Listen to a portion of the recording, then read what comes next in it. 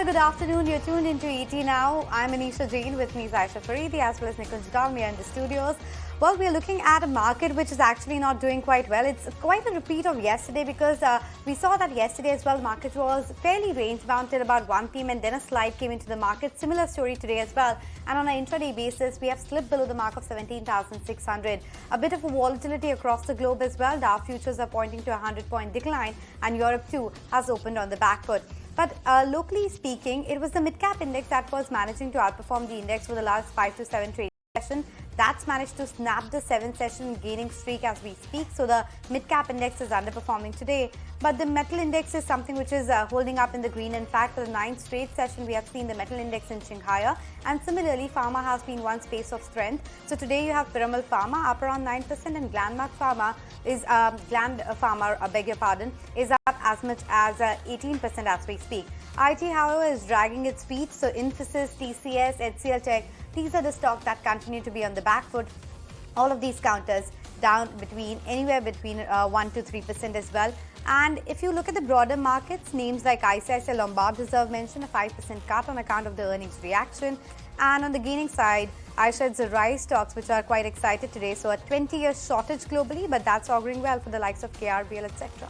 Oh, yeah, it sure is. In fact, everything from an LT Foods to a KRBL, a global rice shortage, remember, is going to be the biggest in about 20 years, and that's definitely aiding the move on some of these stocks. There's Piramal Pharma as well, although the news came in post-market hours yesterday. The US FDA has issued an EIR for the company's manufacturing facility in USA. And inspection, remember, has been successfully closed by the US regulator. Now, Piramal Pharma has been a very strong one after stark underperformance, especially after the last quarterly numbers, 9% higher for Piramal Pharma as we speak right now. But continues to be the same story pretty much, Nikunj. Its IT continues to be the eyesore. It's not bad. Asha, imagine, I go back to that same point. We've not had a big trigger this week. We've had a howler number to react to, which is from Infosys. There is nothing in the global market which could be called as a big trigger. But frankly, markets after a 1,000-point rise, how much have they given away? The dips have been bought into. I think that is evident. We've been talking about a sectoral rotation in pharma, and I think that sectoral rotation is evident. It started with EVs, which is been the performing stock. Whenever a sector bottoms out, it will always, the best performing stock will always lead the comeback. For example, in case of capital goods, after years of underperformance, L&T led the comeback. After years of underperformance in IT, Infosys and TCS, they led the comeback. And today, if you look at the pharma, the rotation in DVs last week and now the catch-up in, let's say, Aurobindo Pharma and Gland Pharma is just an indication that in this market turn, pharma has emerged as the go-to sector, both in terms of participation and also in terms of the general opinion. Nuresh, let's keep Nifty away. That's the sideshow for me. Pharma is where the real, price action and volume action is now visible. So pharma, one has to be selective. Overall, the leadership is very clear. We've seen Sun Pharma hold on, Dr. Reddy breakout. But there are a lot of stocks which are bouncing back after being oversold or after selling off 50-70%. One has to be careful. We may not see a follow-up move. So for example, a Gland Pharma today is up 15-18%. We may see a fade off in names like these. One has to be careful. The risk reward is not great. But if somebody is looking out for a bounce back trade, there is a Laurus Labs which is at 310, which can bounce back. That is one. But overall leadership is clearly in terms of, I would still go a little safe because the sector is still not out of the woods. So on dips, Dr. Reddy's would be interesting, and Sun Pharma continues to be the best bet. Kunal, it's ironical, right? I mean, the biggest underperforming sector of 2022 has become the sudden outperforming sector. Well, absolutely, Nikunj. So I think this is how the market tends to play out. There are phases where sectors and stocks remain to be huge underperformers, and then all of a sudden, once the mojo comes back, it comes back with a big bang for many of these stocks and sectors. Just a classic example to go back 2007 to 17, 10 years, Reliance Industries remained in a range, and once the stock managed to break out into 2017, you saw a different league of the stock moving up almost 4x to 5x in a matter of 3 to 4 years post that. So I would expect that from a short to medium term basis, what these pharma stocks and the buying is suggesting is that this is the start of a major possible multi-month, multi-quarter rally. So yes, these stocks have run up 10 to 15% approximately from their previous swing lows. But when the fund flow starts to get into this kind of a league, that's where the stock goes into a multi-month, quarter breakout. So I believe traders could look to start accumulating the stock even at current levels. Use a 5% dip on average as a benchmark to try and average out. I will still stick to the larger cap names first. Dr. Reddy, DV Slab, Cipla could be preferred names, and then once these stocks tend to move up higher, that's where traders could look to start buying the mid cap names in the pharma pack. Looking at some of the other active moves besides IT, which is taking a bit of a step back once again, and pharma, which is on a tear. Some of these oil sensitives as well. So look at HPCL, for instance. That's on a tear, holding up 4% right now. The intraday graph of HPCL, which has come up for you on your screens, 237 is where that stock price is at the session highs. There's, of course, metals, which has been a very strong mover, although the gains have definitely eased off from where they started off. The sector was much higher when we began trading. So everything from a JSW Steel to a Jindal Steel, Hindalco, Vedanta, NMDC, Tata Steel, Hindustan Copper, SAIL, Nalco, they're all the gaining stocks in today's trading session. But that said, Kunal, just two names which are springing up right now, both HPCL as well as Bajaj Auto. Anything meaningful here on the charts? Yeah, Bajaj Auto is interesting, Aisha, because I think that's a stock which, if you remember, I think a couple of weeks back, we had strong bullish calls on the stock, expect 4,400 as a positioning target for Bajaj Auto. So we are, I think, shy by 100 points, 120 odd points from those levels. I would still believe that there should be a meaningful upside for the stock, even post those breakout levels. Traders could look out for 4,400 as an initial target range, and then probably scale the targets higher side depending on their initial cost price. Hindustan Petro and I think BPCL, the entire pack is trying to get into a groove back again. Now, the only concern for the stock when I'm looking at the charts is the lack of volumes as compared to the volumes which these stocks had shown 2-3 weeks back. So, for example, when HPCL was almost at 245 levels, that was in the mid of the month of March, the volumes over there were more than 1.5 to 1 crore to 1.5 crores on the daily charts. Today, the volumes are just about some 25-26 lakhs on the NSE. So that itself tells you that there's a lack of volumes, even though the prices are moving up higher. If, assumingly in the next couple of days, we see volumes picking up, that's where we attribute that a near-term trend could have changed for HPCL. So it's a stock which we will keep on radar. If the volumes pick up, say over the next couple of trading sessions, that's where we may expect a trend to begin. Okay. Last 15 minutes, you've got Maharashtra Seamless, you've got uptick in, actually fun looks at all the pipe companies, we'll try and figure out that what's going on there.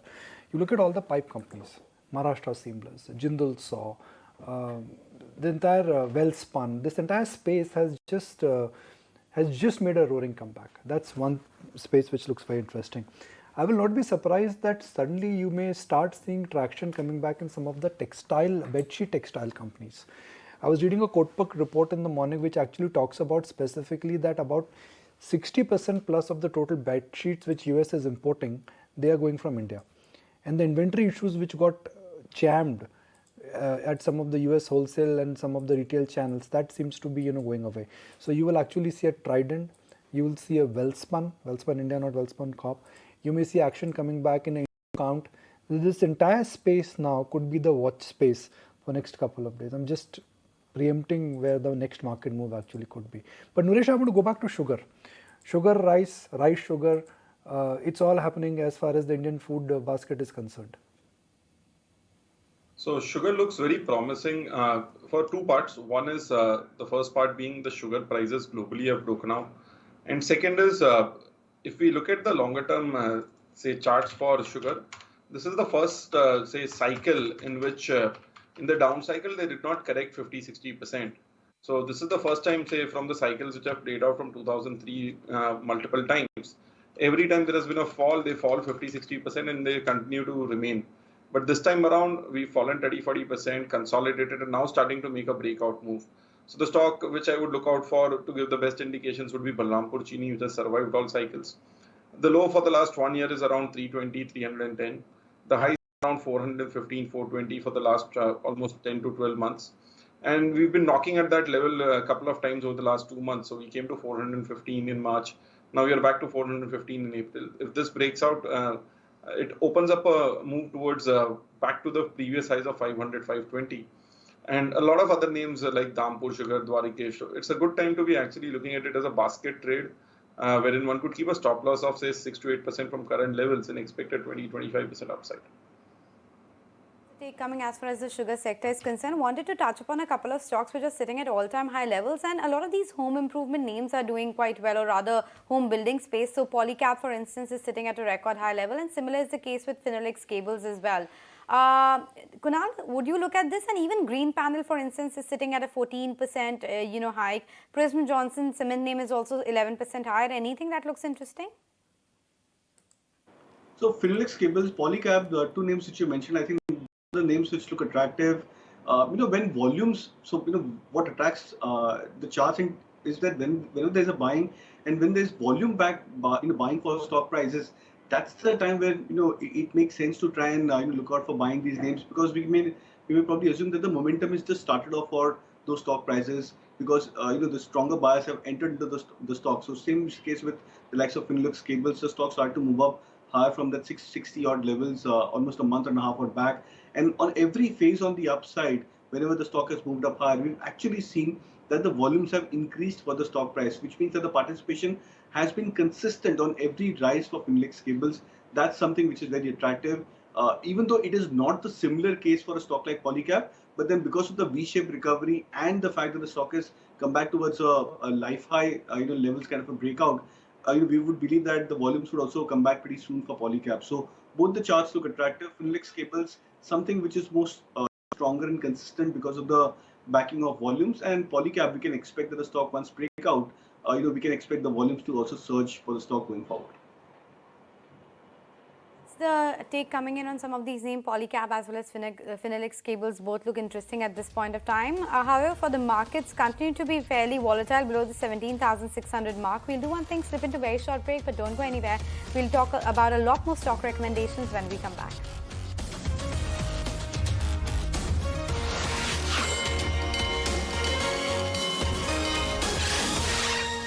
Closing trades right here in ET now, not going anywhere literally. We are down about 70 odd points for the Nifty futures, just circling around that 17,650 level. Yes, testing that and breach that when it comes to the Nifty spot, however, and there are many more laggards today, even within the broader markets, as opposed to what the large caps are doing. But mutual funds, they seem to have jumped on the opportunity amid the correction by deploying cash in the market, with average cash holdings in the market near 1 year low. Sharad is here to get us more details on the same. Sharad? Well, yes, the mutual fund houses have started to deploy in the month of March itself, and during that time the market's correction was there. And do remember, the valuations have actually corrected over the markets, and apart from this, also the inflows in the DI space, that has also increased by more than 20,000 mark in the month of March itself. And of course, there was an increase in the weightages as well in the sectors such as banking, automotive, as well as the capital goods space. But now let's look at how the cash levels have changed, and this is for the top 20 AUMs actually going ahead. For the cash holdings, and you do remember that in the entire year of the year 2022, the cash levels were above the 5% mark and at an average of almost 5.5%. Now that itself has actually come down, and you can see the dip coming in the month of February. It was as high as 6.2%, and then it fell to almost 5%. Now this is coming as per the note by Motilal Oswal.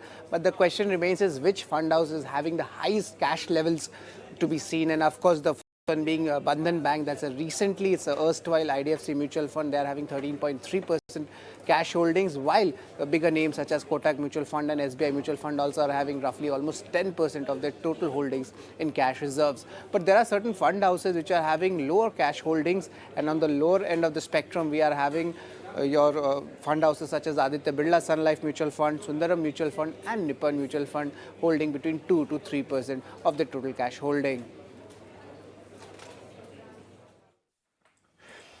Gautam Duggal joins us now, head of research with institutional equities with Motilal Oswal Securities. Gautam, good to have you back. Thank you for joining us. What's your assessment of the earnings season so far? We're off to one okay number, one bad number, and one terrible number, Infosys. Yeah, hi Nikunj. Good afternoon. Thanks for having me. I think earnings season hasn't yet begun actually. Just we've seen 3 or 4 numbers, out of which IT has been muted set of numbers, both from TCS and Infosys. HDFC Bank, as always, has delivered the 20% growth. I think this weekend you will see some fireworks now with Reliance and ICICI Bank reporting. And this is, I think, a pretty extended earnings season, given that this is the last quarter of the year. But we are expecting the big trends to remain same, Nikunj, as per as the broader corporate earnings are concerned, which is that growth will look decent at the aggregate, but it will be led by few sectors and very few stocks. I mean, we are expecting about 14-15% corporate earnings growth for Nifty and our broader coverage universe. But 90% of the incremental growth is led by financials and auto, within which financials is 70%. So financials has been doing the heavy lifting for last 2.5 years now. In fact, for the full year also, if I look at my Nifty estimates, we are talking about a 12% earnings growth for FY23. Without financials, that drops to just about 3%.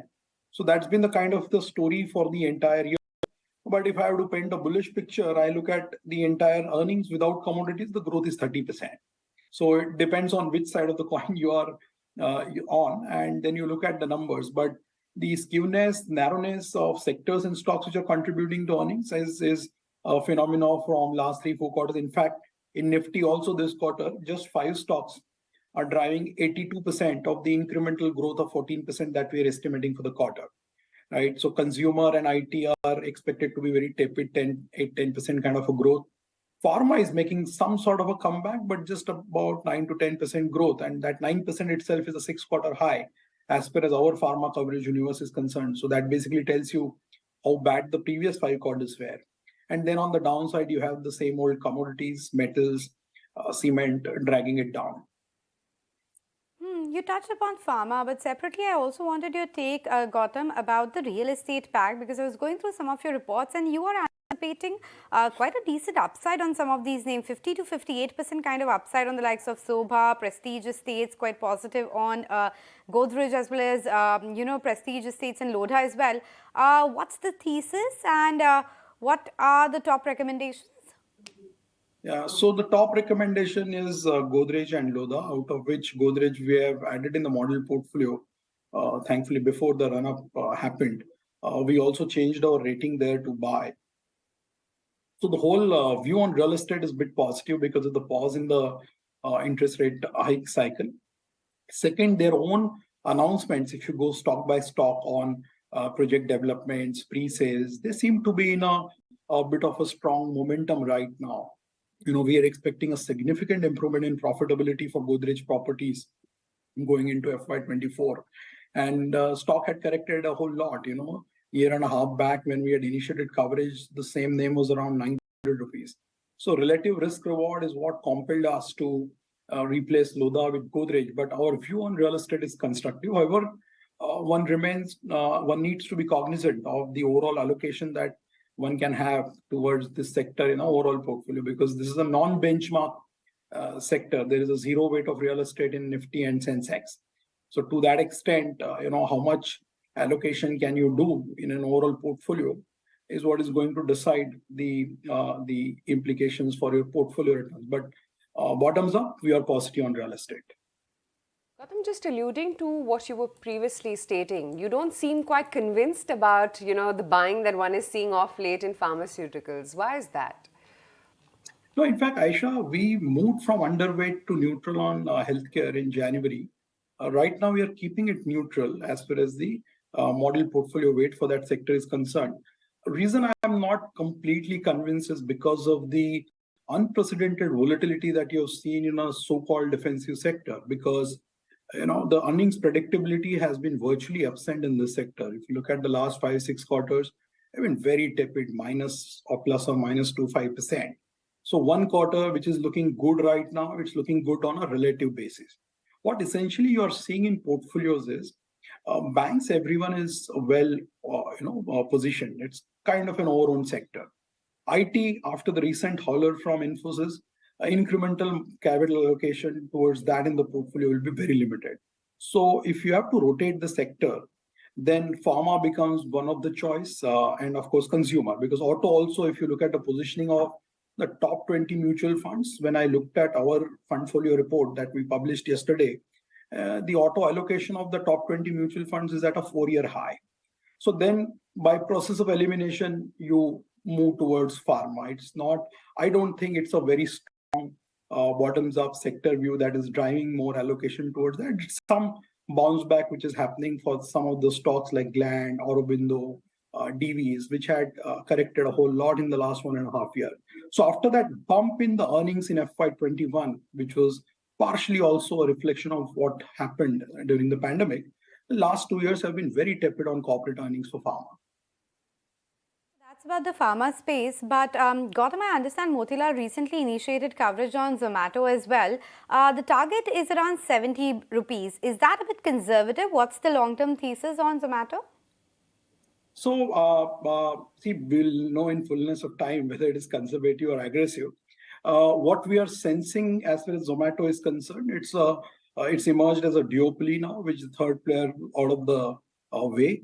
Second, the consumer adaptation to paying delivery charges, which is what is going to drive the P&L for Zomato, is increasingly becoming more and more evident.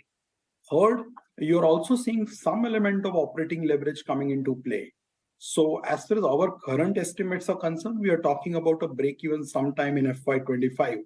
Of course, there is a downside risk also because we've been going through a bit of a rough patch on discretionary consumption, which sort of impacts QSR, overall food delivery space, and a whole host of other discretionary consumer sectors like apparel and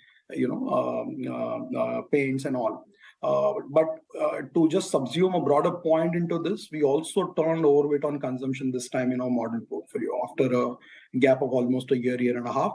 Our sense is that as far as staples is concerned, we will see bottoming out of the demand in the next quarter or two. Commodity prices have already corrected, and we have seen a good 2.5 to 3.5 year of a time correction in many of the consumer stocks. So that is what has propelled us to increase our consumption from 14 to 17%, where we have added Indian hotels, we've added weight in ITC further, and weights in Titan, Godrej, Britannia remains intact apart from some of the other discretionary names like Metro and Vedant. But yeah, specific to Zomato, I would think that lot depends on how the path towards profitability shapes up now, because the stock has already seen a good correction in the last 17-18 months. From here on, it will be a function of how sequential revenue moves, new addition of customers, or the metric that you track, monthly transacting customers, and then of course how the operating leverage plays out for their profitability.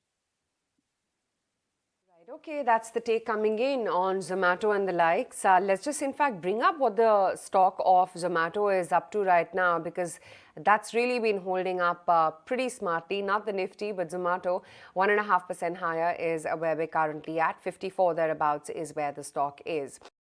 Also, addressing the uncertainty around the EOM norms, it's Policy Bazaar, which is actually in focus following the insurance regulators' guidelines on expense of management. There's confusion over, whether direct policies could actually see a pricing downtrend depending on the extent commissions paid to distributors. And this, in fact, could lead to a flare-up in channel conflicts as well. Of course, this brings the likes of Policy Bazaar into focus. But Gautam, you highlighted and touched upon Zomato. What about the other sort of new age tech businesses? And I would include a Nykaa, etc. as well in that, and even a PB FinTech with a lot of H&I interest in there. Yeah, Aisha. So right now we just started very, you can say cautiously. This is our first coverage on a new age stock. The rest of the names we still don't cover, but a broader issue in most of those names is that specific to say for example Nykaa or Zomato, you're in an environment where discretionary consumption is going through a rough patch, which is impacting the top line growth sequentially as well. And second, the profit numbers are still eluding on a sustainable basis for most of these companies. So while stocks have corrected, in terms of the absolute market cap, they are still, quite heavy. And therefore, till the time you don't see a sustenance or visibility of a profitability or a cash flow, I think beyond certain trading bounds, it looks very difficult to build a case of a multi-year return right now, looking at the current estimates of profitability. So one will have to obviously keep a watch on these names because the history of their listing is quite limited. So how those spaces evolve, where things settle down as far as revenue growth is concerned. And some of these companies or brands will also see, I think, an elevated competitive intensity as we move forward. So in that event, how do they react?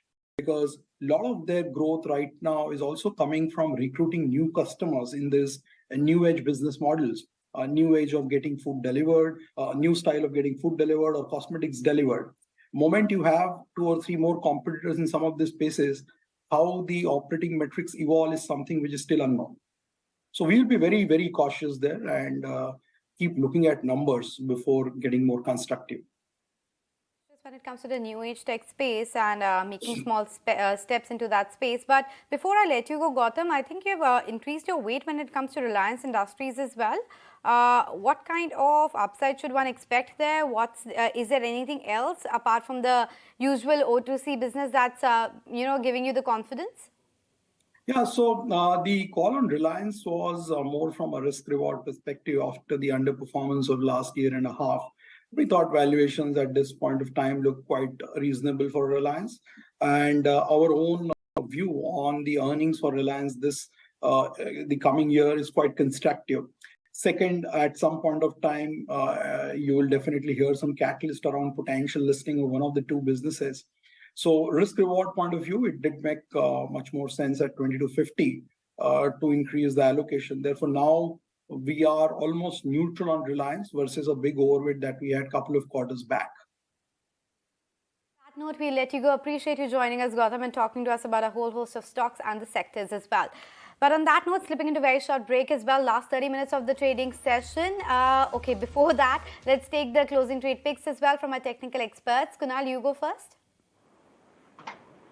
So that'll be a stock which we discussed in the morning. L&T looks very attractive at current levels of 2200, 2230 odd mark. So from a risk reward play, as well as from a possibility that the correction would have ended, L&T is something which I would look to buy as well as recommend to clients. So that's from the current market price. What about your closing ideas? So looking at Balrampur Chini at 415 to 418 levels, looking to add more above 420, 22 tomorrow, once it also gets out of the derivative band. So starting off with a small position now, looks set up for a breakout above the 420 mark. On, we're going to take a very quick break, but here are Saurabh Mukherjee and the stocks that he's betting on. Play on the Titan rather as a play on the same dynamic in India. And as we can see year upon year, the sorts of people who watch ET now, their salaries are going up, their bonuses are going up, their business opportunities available for them are going up. And naturally, therefore, Titan is driving 25% free cash flow compounding year upon year on the back of that. What's even more interesting, I thought, was how in the last 5-6 years, Titan has turned Carrot Lane into a very profitable e-commerce proposition, growing at 50%, right? So Carrot makes money, real cash flow, real EBITDA, and it grows at 50-55% year after year. And Carrot Lane caters not so much to my better half, more to say my daughter's generation of women. People who are beginning their jewelry buying journey, buying say jewelry for 15,000, 20,000 rupees, and doing so online.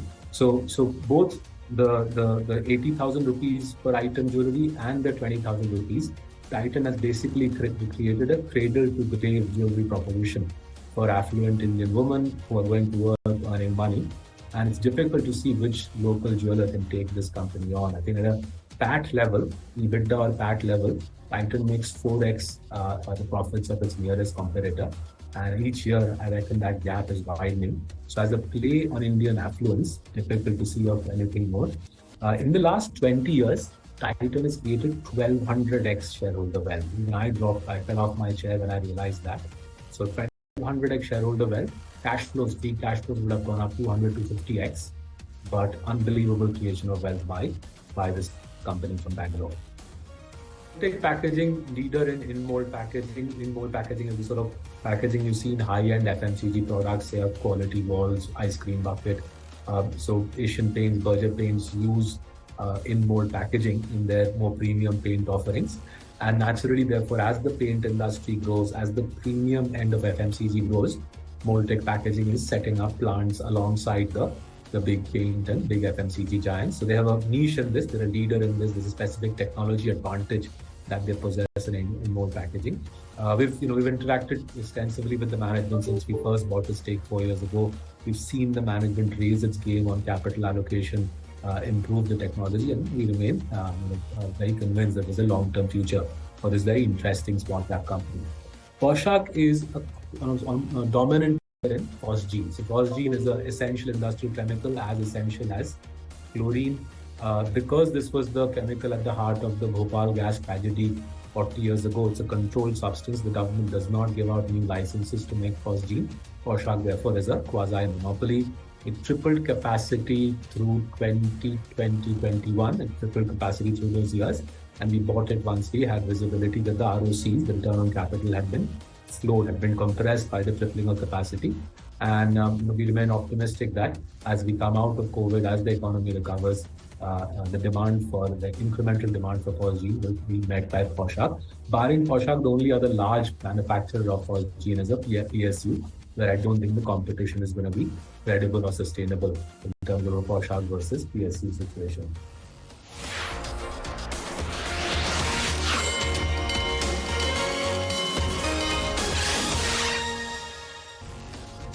You're watching closing trades on ET now. Well, for the markets, holding on just around that 17,600 mark, so not a big move as far as the index is concerned, though there is a bit of a perk up as far as the level is concerned, 17,625 thereabouts. Chakri Lokpriya also joins us on the show now. Chakri, we just got the latest data coming in from UN, wherein they have talked about how India has surpassed the population of China at this point of time.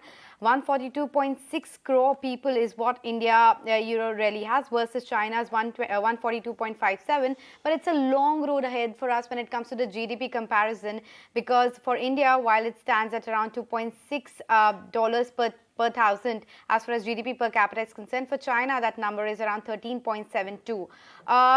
Your take, given the kind of demographics that are shaping up, Chakri, do you think urban consumption is really the theme that one should watch out for? If you look at the global trends worldwide, each time a country like, for instance, Russia, it reached an inflection point many years ago, and now it's actually an aging country. And in that process, as it hit that point, the per capita consumption jumped up. So that is the demographic dividend that we all keep focused on, which is hopefully the several hundred million people are properly skilled and upskilled and reskilled, and which is essential for it to translate into income. So in the new global order with China plus one and etc., and localization of manufacturing, and therefore the local population, Indian population, youth population will do something aiding in the overall growth of the GDP, and that will take you to those numbers which China is at now, which is a few times higher. So we're still many years away. Chakri, while urban stocks are doing very well, for me what's amazing is that luxury is doing very well, semi-luxury is doing okay, rural end of the market is not recovering yet. How long do you think this distinct two-part K-shaped economy will continue? I think for the last 2-3 years, the luxury end has done well, and it looks like they will continue to do well, because in terms of income, the luxury end has seen strong hiring trends in businesses have come back to life. So which means promoters, founders are also spending more. So across, and India, mind you, the so-called tax-paying salaried population is a very small part of the overall GDP growth. Is largely the business people, self-entrepreneurs, and they have seen. So I think that is contributing to the urban consumption. So still hotels are good, upper end of retail like Arvind is good. I think those are the companies to still focus on.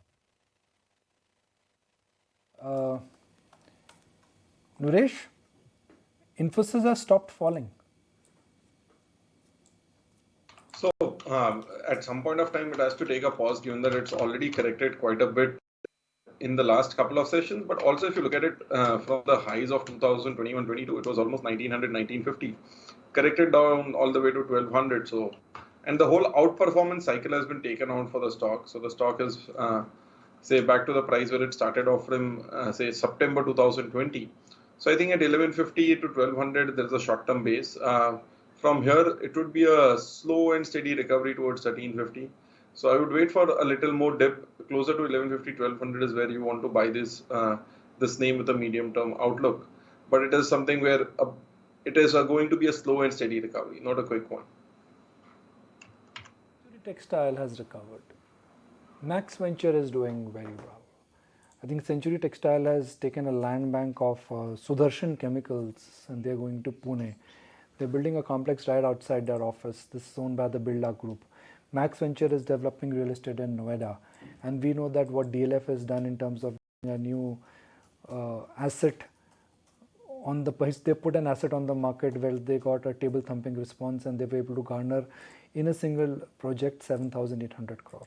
But pipe companies, I want to go back to them. Jindal Saw is looking strong. You've got Maharashtra Seamless, which is a giving it company, and you've got also Welspun, which is looking quite charged up. Chakri, it's a side sector, but it's a sector which keeps on popping up. Any special reason why suddenly some of the metal stocks, metal pipe companies are up? Indeed, I think companies to that list. You can also add probably Prince Pipes. All these companies you will see, I think, in this coming quarter, an improvement in the PVC spreads. And so these pipes, the demand for real estate has picked up as you were alluding to earlier. So that has contributed well to the demand for pipe companies. And second, in terms of their input costs have actually gone down quite dramatically, and that will be seen in the next quarter, not so much in this quarter. And so that's the second thing which led to the overall profit margin. And third, in terms of the overall volumes from the agri sector also beginning to show signs of life. So I think a combination of these three factors is helping the pipe companies. The results will probably be good based on these three factors. These names as well, but a lot of these auto ancillary names are also seeing quite a bit of traction. Today, Kotak has actually released a report on Atul Auto. Let's try and understand the rationale. Shrishti is joining us with more details.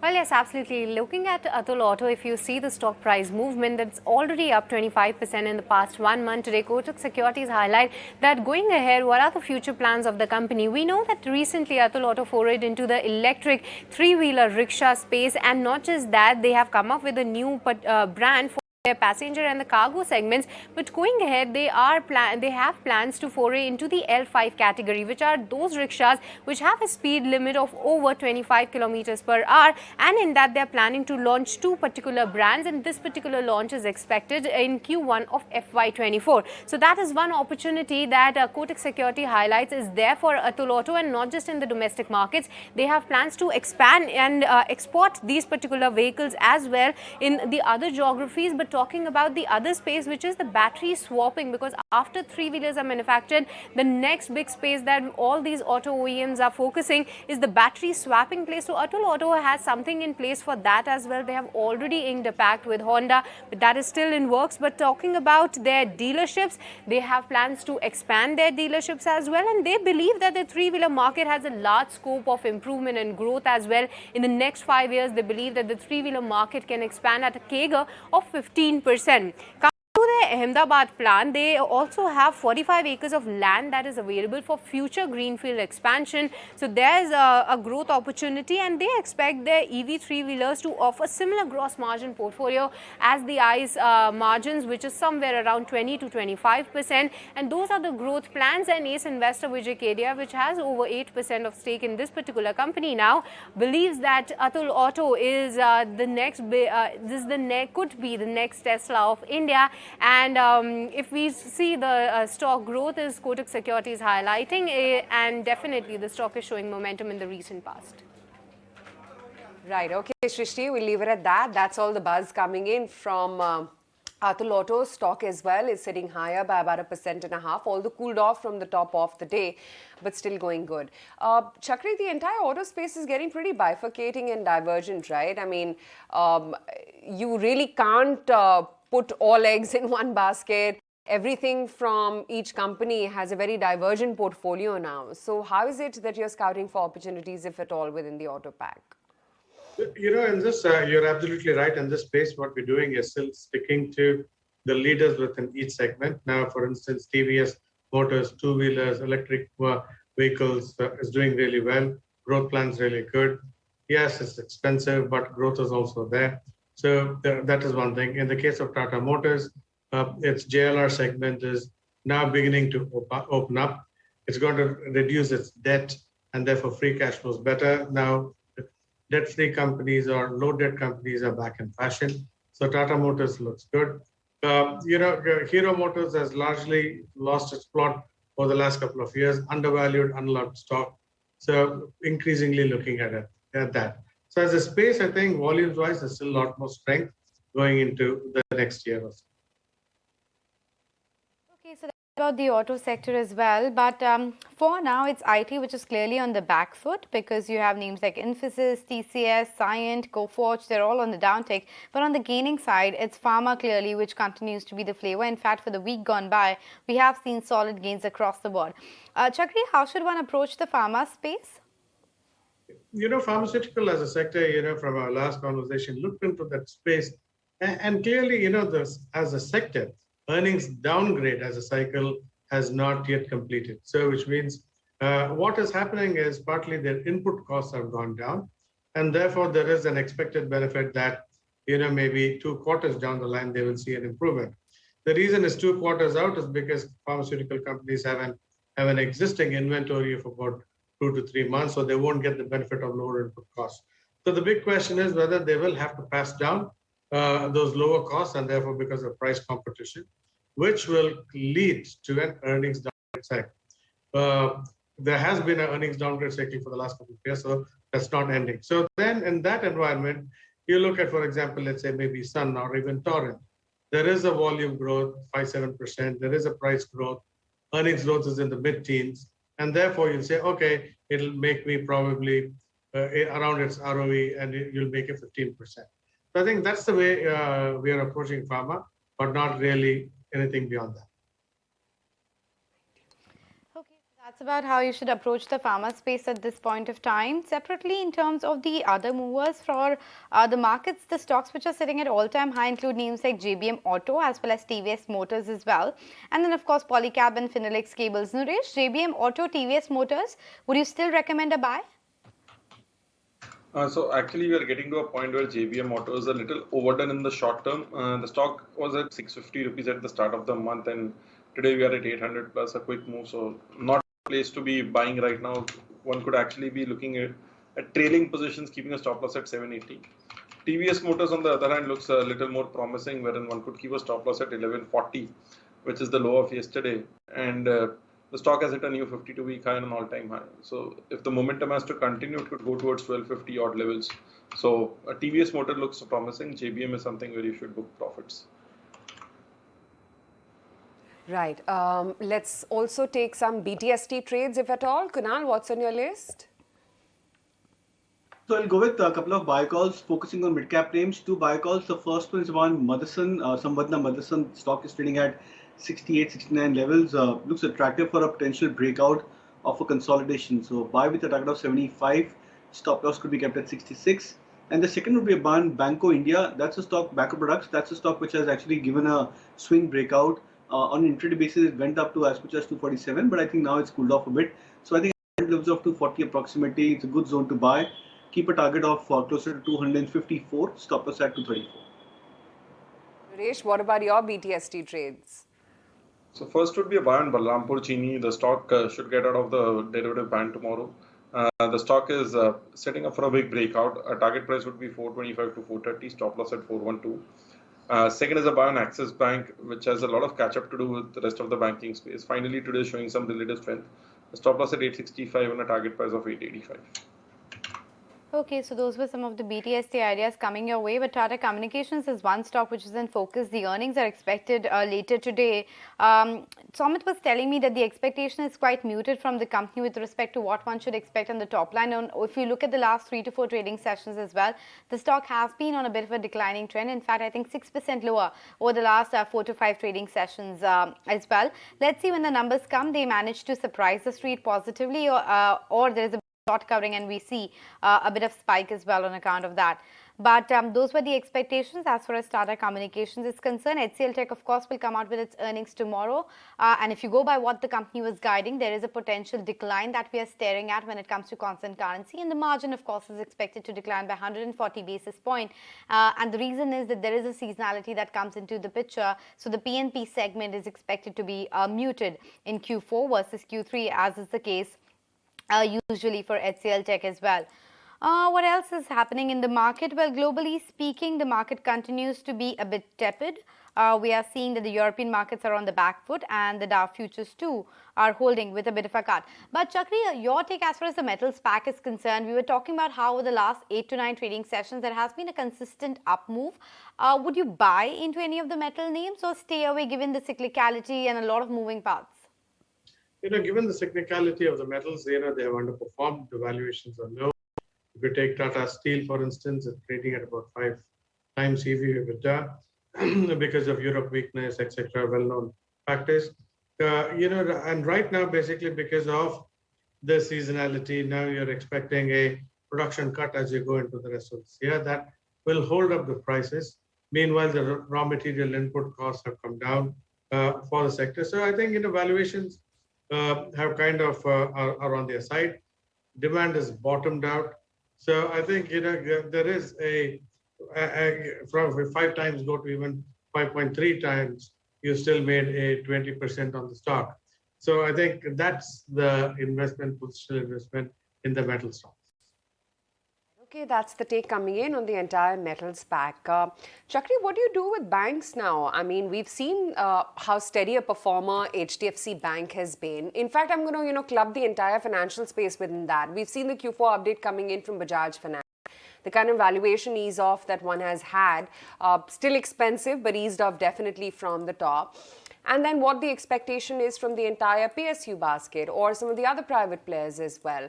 What is it that you're going to keep on your radar this earnings season, considering it's only HDFC Bank pretty much which is out? Indeed. I think, banks as a space will do well simply because India still is the largest economy of size rather, which is growing into the next year. If you look at US, probably 0.9% growth, EU, maybe 1% growth. And if you adjust it for inflation, India is probably inflation-adjusted GDP growth is one of the fastest countries. And therefore, credit growth, even though it will slow down for banks, still the asset quality is strong. All the banks, including Bank of India today, raised capital to shore up its balance sheets. So the balance sheets are strong. So I think while credit growth is known to slow down, basically, and margins are kind of dropped out. As long as that guidance is maintained going into the next year, the outlook, I think banks will do well, will be an outperformer. Before we let you go, would you be a buyer in any of these agri-commodity plays as well? Rice is something that we have all been talking about. The stocks are on a tear. Sugar is now at a multi-year high level as well. Would you be a buyer? I'll stick to the real agri ones, which is companies like PI Industries. Their export order book is still looking very strong, while Indian agri companies are showing some kind of weakness in rural. So companies like PI and UPL are still looking very strong going into the earnings season.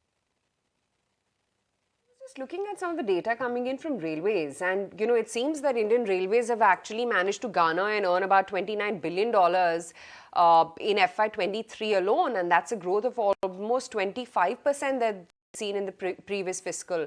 We've seen as to how pretty much now railways are getting to be a little bit of an overowned space, but still valuation wise really cheap. Wanted to understand where within that you still see opportunities to maybe add fresh positions. I think in the railways is still the safe names at this point, which is companies like L&T, some of the EPC players which do contractual work for them, but not the direct like IRC, PC kind of companies. So I think that's the way to go. The growth has been strong, growth will be strong, and also the metro work was also very strong growth driver for a few years more to come. On that note, we'll let you go. Thank you so much for joining us today. Balkrishna Industries taking a slide of around 5%. We also spoke with the management of JK Tyres today, who talked about that at least the margin picture is expected to improve. Rubber prices, of course, take an impact only with a lag. If we have that bite, maybe we can play up as to what the management told us. But overall, the commentary was something which was quite positive as well. Meantime, in terms of the other movers, you have Prism Johnson, which is up around 12%, and then the entire rice pack as well. Kunal, the entire rice pack, KRBL, Kohinoor, even Adani, LT Foods for that instance, anything that catches your attention? Yeah, so I think Dawat, the NSE code or LT Foods, I think that's a stock which looks attractive. 104.5 was where the stock was trading last. So I think closer to that 100 point is a strong psychological breakout for LT Foods. That's a stock which I would predominantly look to buy. Most of the other names, in fact, even KRBL is something which has been very attractive. That's a stock which has actually given a breakout, much earlier than the other peers. The longer term charts for KRBL as well is very, very attractive. It's been more of a consistent stock which has moved up higher in terms of volume. So that's the other name which I would be looking out for. But then, these are very small seasonal kind of, trends which one needs to be playing out for. I would not be looking out to build very longer term kind of positions into these names. A 10%, 15% at max kind of a swing profit into these kind of stocks is a good enough profit zone where traders could look to buy as well as book out and then look to buy back again to the large cap names. So just a swing trade over here possible, but KRBL and LT Foods are the two picks which I would probably highlight from this pack. 1 minute left for the markets to shut shop. So on that note, Kunal as well as Naresh, we'll let you go as well. Thank you so much for making time and speaking with us.